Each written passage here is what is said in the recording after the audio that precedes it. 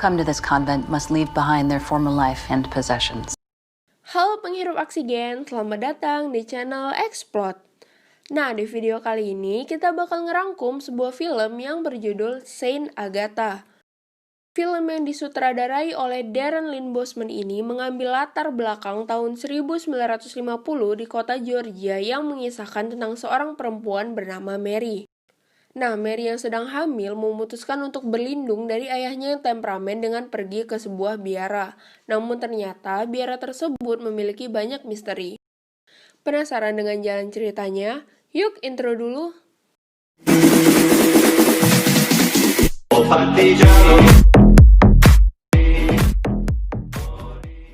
FYI guys, film ini tuh agak bingung karena banyak adegan flashbacknya. Tapi semoga kalian gak bosan dan ngerti ya. Lanjut. Film ini diawali dengan seorang perempuan bernama Mary yang sedang makan di dapur umum tempat penampungan tunawisma. Lalu Mary didatangi oleh seorang biarawati bernama Susan. Biarawati tersebut menawarkan perlindungan kepada Mary. Katanya di tempat ia berada banyak perempuan hamil seperti Mary. We take care of women like you.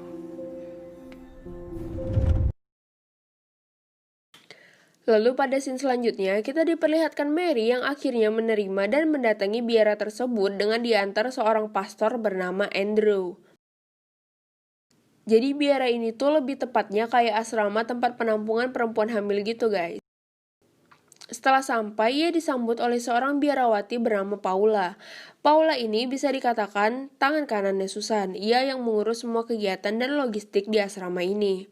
All who come to this convent must leave behind their... Lalu Mary diperkenalkan oleh kepala biara tersebut yang tak lain dan tak bukan adalah Susan. Biarawati tersebut menjelaskan aturan bahwa mereka itu tidak boleh berbicara satu sama lain di dalam asrama tersebut. Udah kayak orang bisu guys. Setelah mendengarkan semua aturan di asrama itu, Mary dibawa ke kamarnya.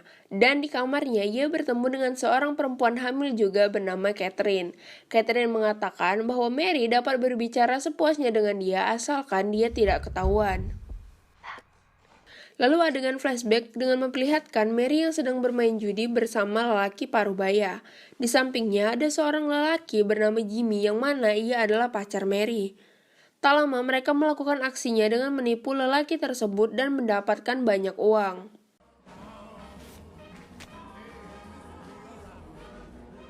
Scene berpindah lagi ke Mary yang baru bangun tidur dan mendengar ada keributan dari luar. Mary pun mengintip dari bawah daun pintu dan tiba-tiba terlihat mayat perempuan dengan kondisi mulut yang sudah dijahit. Mary pun ketakutan dan menuju kasurnya untuk pura-pura tidur.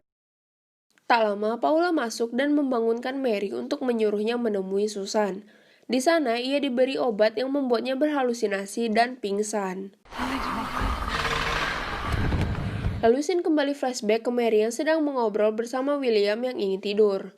William ini adalah adiknya Mary guys. Setelah itu, Mary menuju kamar dan melihat keluar jendela ada Jimmy yang sedang memainkan saksofon. Singkat cerita, Jimmy masuk dan mantap-mantap dengan Mary. Di tengah mereka mantap-mantap, William bangun dan ingin mengambil mainan kapal yang ada di atas bathtub. Tiba-tiba,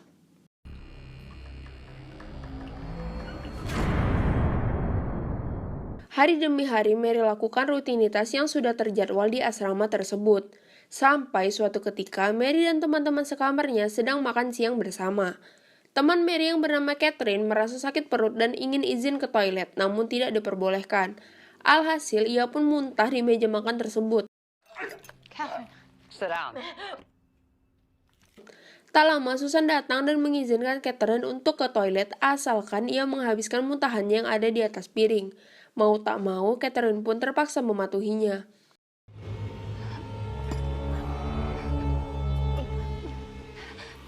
Malamnya ketika tidur, tiba-tiba Mary dibekap oleh seseorang yang memakai topeng polos dan dibawa ke basement. Di sana, ia dimasukkan ke dalam peti dan Susan berkata bahwa ia akan menebus segala dosanya dan mengganti namanya menjadi Agatha. Malam demi malam, Mary lewati di dalam peti dengan rasa frustasi. Setiap malam, para biarawati datang untuk memberi makan Mary dan selalu bertanya kepadanya, "Siapa namamu?" Who are you? Say your name. Who are you? Say your name. eat. Sampai suatu malam, Mary mengatakan bahwa namanya adalah Agatha. Dan ia pun dibawa keluar peti lalu dimandikan.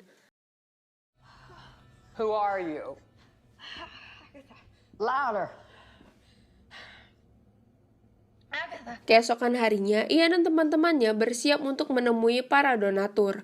Nah, para donatur ini adalah orang-orang yang memberikan hartanya untuk membiayai asrama tersebut. Mary gelisah dan melihat ada yang tidak beres. Lalu ia pun lari menuju hutan dan ia terkena jebakan beruang yang membuat tangannya menjadi terluka.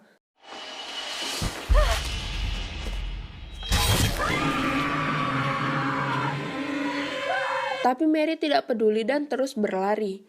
Sampai di suatu jalan raya, ia bertemu dengan seorang kakek nenek yang tengah lewat. Tanpa berpikir panjang, Mary pun langsung meminta tolong dan seketika pingsan.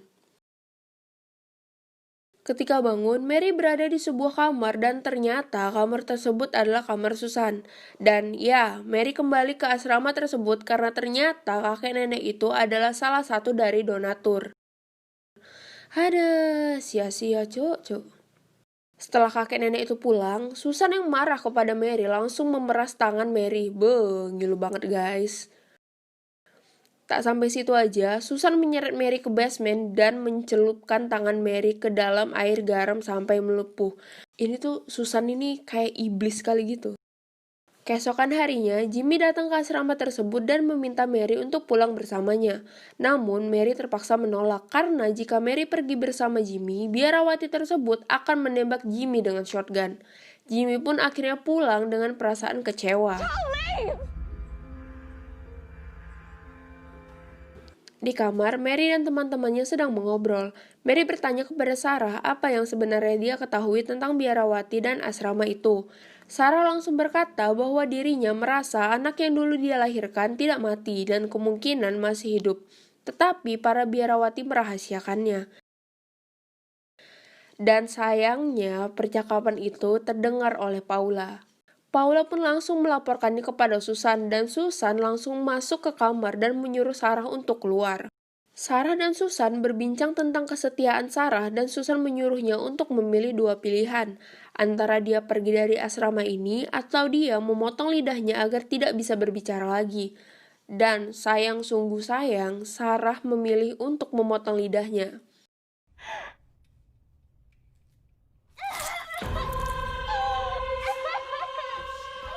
Diam-diam Mary dan Catherine menyusun rencana untuk kabur dari asrama tersebut. Malamnya, Dory ingin melahirkan dan dibawa keluar dari kamar. Tepat saat itu juga, Mary dan Christine melancarkan aksinya tersebut.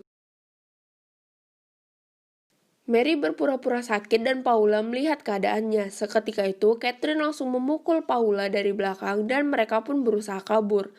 Sayangnya, ketika mereka ingin keluar, Susan ternyata sudah berada di balik pintu dan langsung memukul Mary dengan shotgun sampai pingsan.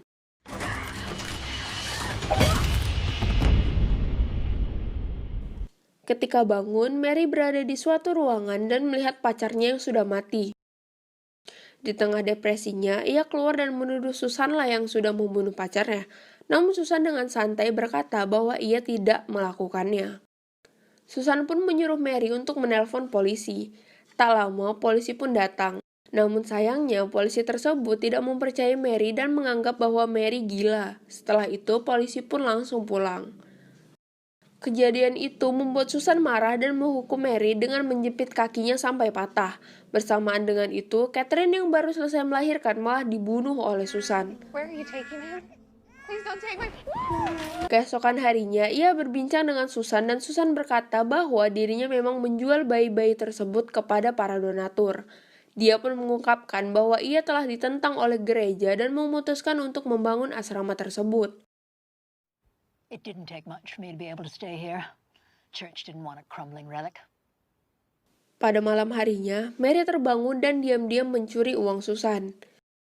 Mary menggunakan uang itu untuk menyogok para biarawati agar mengurung Susan di dalam peti, dan rencana itu pun berhasil. Setelah mengurung Susan di dalam peti, para biarawati meminum air yang sudah diberi racun oleh Sarah dan akhirnya mereka pun mati. Lalu Mary bersusah payah untuk lari dari asrama tersebut, namun tiba-tiba ia merasa ingin melahirkan dan dia tertangkap oleh Paula. No, Paula, stop. It's over. Mary memohon agar Paula menolong bayinya. Setelah itu, ia bisa membunuhnya. Do whatever you want with me, just please. Please let my baby live. Ketika bayinya sudah lahir, Mary diam-diam membunuh Paula dari belakang dengan cara melilitkan tali pusar ke leher Paula hingga ia pun tewas. Pada scene akhir, terlihat polisi membuka peti di mana Susan dikurung dan film pun tamat. Ending yang lumayan menggantung ya guys.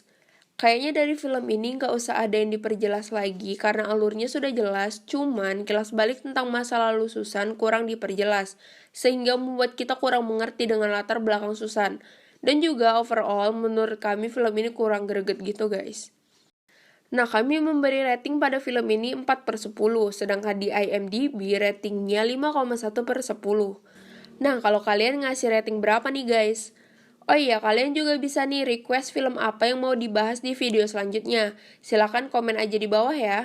Jangan lupa like dan subscribe. Sampai jumpa di video berikutnya. Bye!